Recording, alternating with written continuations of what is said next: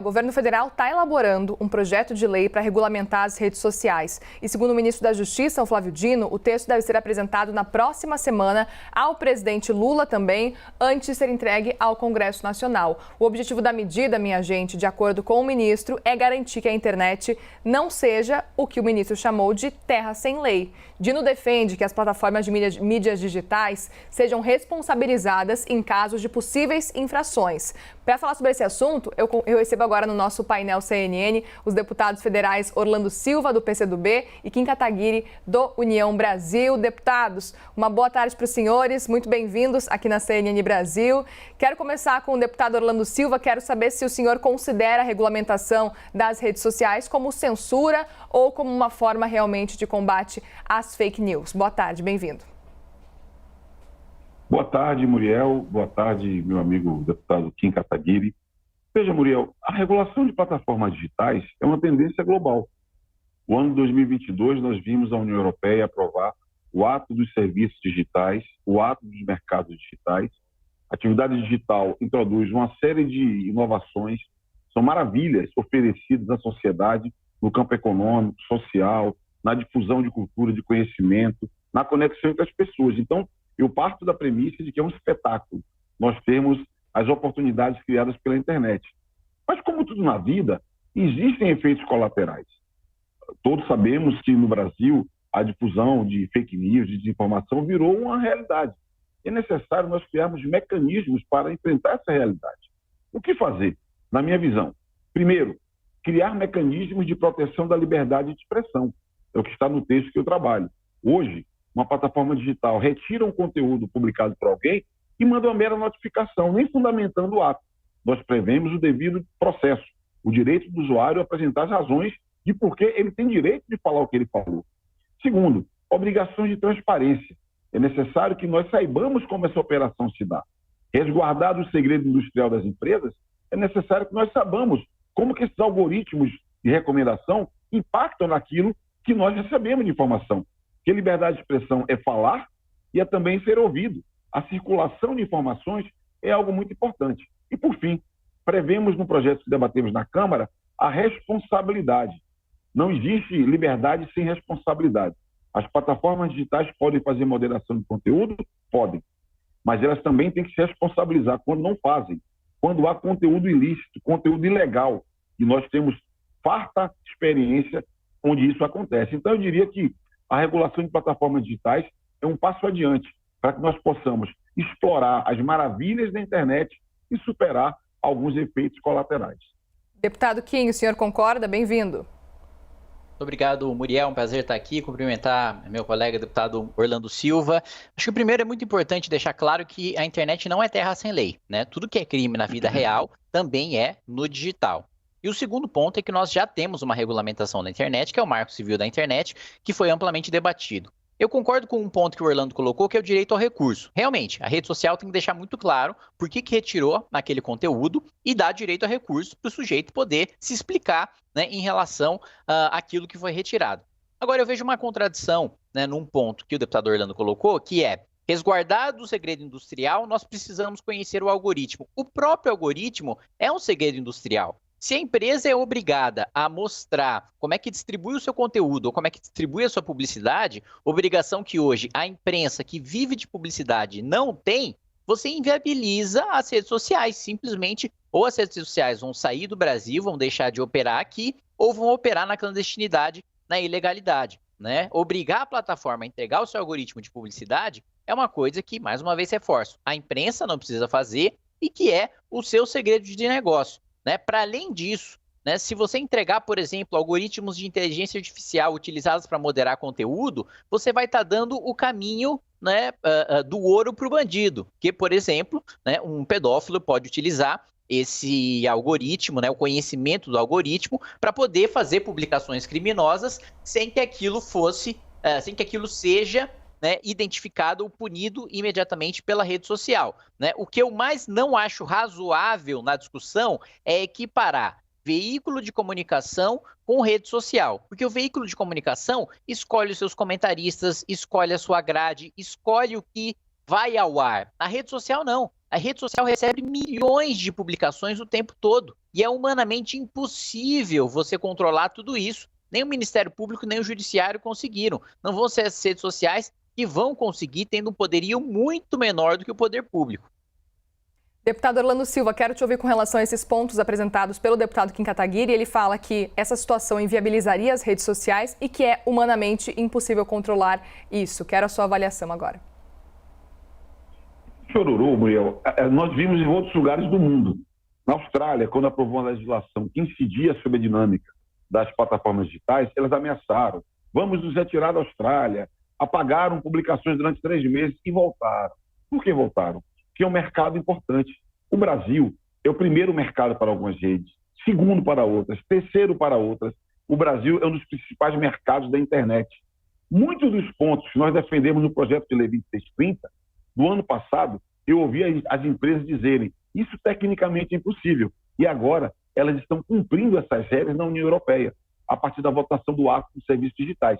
Então, há um debate que precisa ser feito, que tem até uma dimensão ética. Tem uma dimensão ética. Qual seja, o modelo de negócios das plataformas digitais se estrutura com base no extremismo. Quanto mais extrema é uma posição, ela mobiliza mais, gera mais engajamento. E aí o algoritmo lê que aquela mobilização maior, aquele engajamento maior, significa uma informação relevante, o que quase nunca é verdade. Mas essa propagação de posições extremistas é o que explica a radicalização política que vivemos no Brasil de hoje. Esse é um debate ético. A sociedade brasileira precisa também discutir que caminhos ela deve perseguir. Porque tem conquistas que são civilizatórias. O bem viver, o conviver, o pluralismo, o debate democrático são conquistas civilizatórias. E hoje há riscos pela dinâmica que se estruturou na difusão da atividade das plataformas digitais. O meu colega aqui fala, mas não, se falar o que é o algoritmo, vai entregar o ouro para o bandido. Atenção, o que elas precisam saber é que elas definem os algoritmos de recomendação.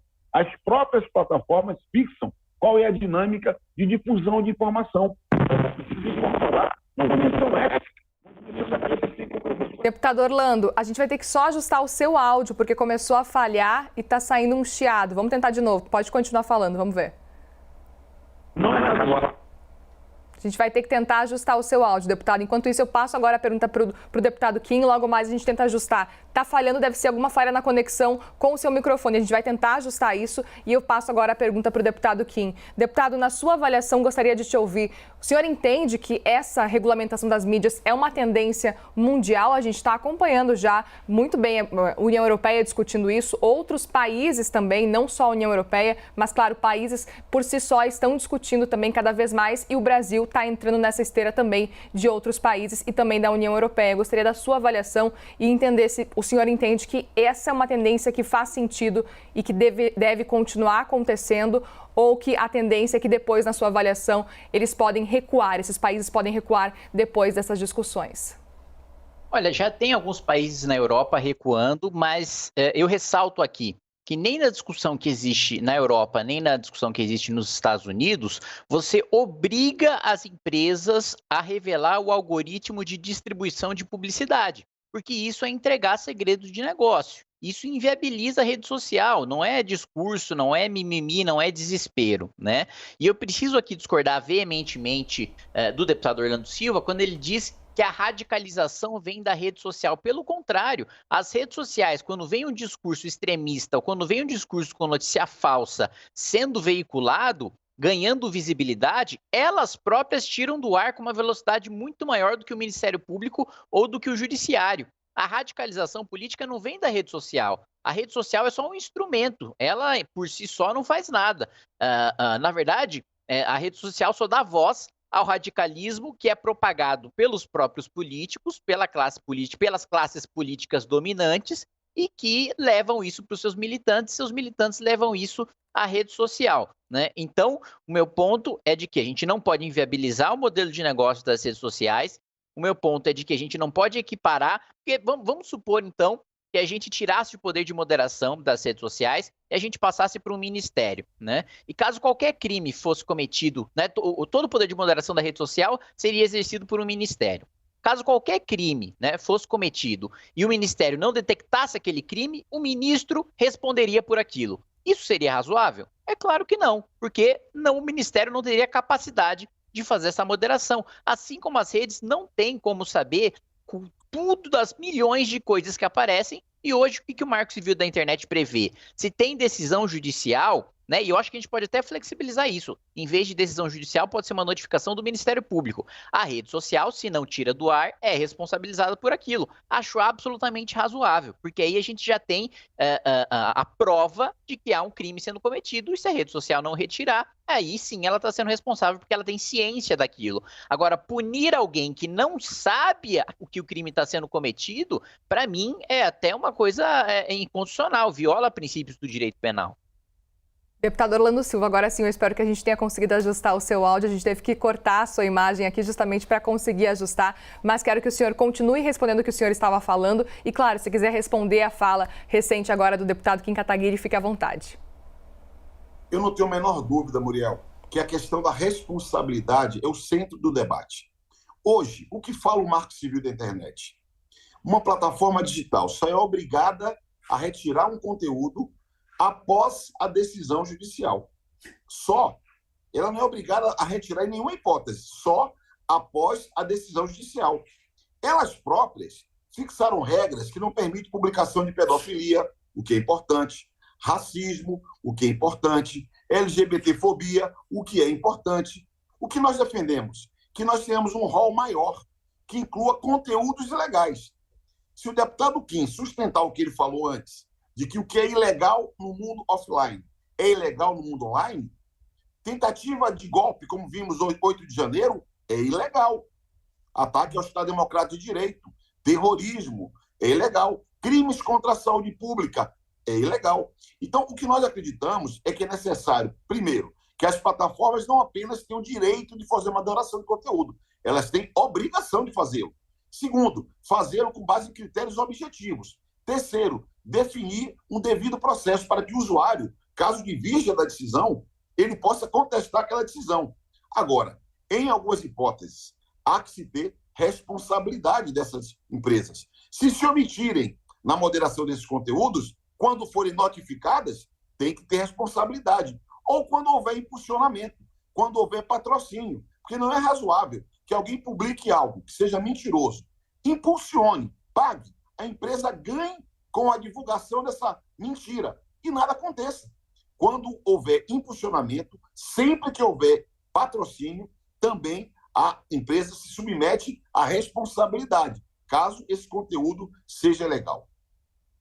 Deputado Kim, quero te ouvir também com relação a outro ponto, com relação à moderação de conteúdo que a gente estava falando e que o próprio deputado Orlando Silva mencionou, porque o que a gente percebe é que tem algumas redes sociais, por exemplo, da Meta, Facebook, Instagram, que fazem um controle maior quando a gente fala de conteúdo realmente, em tirar do ar rapidamente algum conteúdo ou bloquear alguma pessoa que cometeu alguma coisa. Outras redes sociais, como por exemplo, Telegram, que nem se trata tanto assim de rede social, mas também o Twitter principalmente, com a chegada de Elon Musk, a gente percebeu que moderadores de conteúdo de diversos países foram demitidos, ou seja, a quantidade de uma equipe que era muito grande para controlar o que se falava no Twitter acabou sendo enxugada, reduzida. Na sua avaliação, não é necessário, pelo menos, ter uma atenção maior com essas redes sociais que existe uma preocupação menor, digamos assim, com o controle de qualidade, pelo menos nesse momento, pelo menos olhar para essas redes sociais que se preocupam menos ou não necessariamente? Qual que é a sua avaliação, deputado? Não, eu não acho que essas redes se preocupem menos com crimes ou discursos abusivos que são cometidos, né, nas suas plataformas. Só acho que são redes que mudaram de política porque acreditavam que a moderação estava, pelo contrário, estava excessiva, né? A diferença entre o remédio e o veneno é a dose. Né? E na minha avaliação, no caso do Twitter, né, a avaliação do Elon Musk é de que a moderação estava censurando discursos protegidos pela Constituição e pela lei, absolutamente legais e que não eram lesivos a ninguém.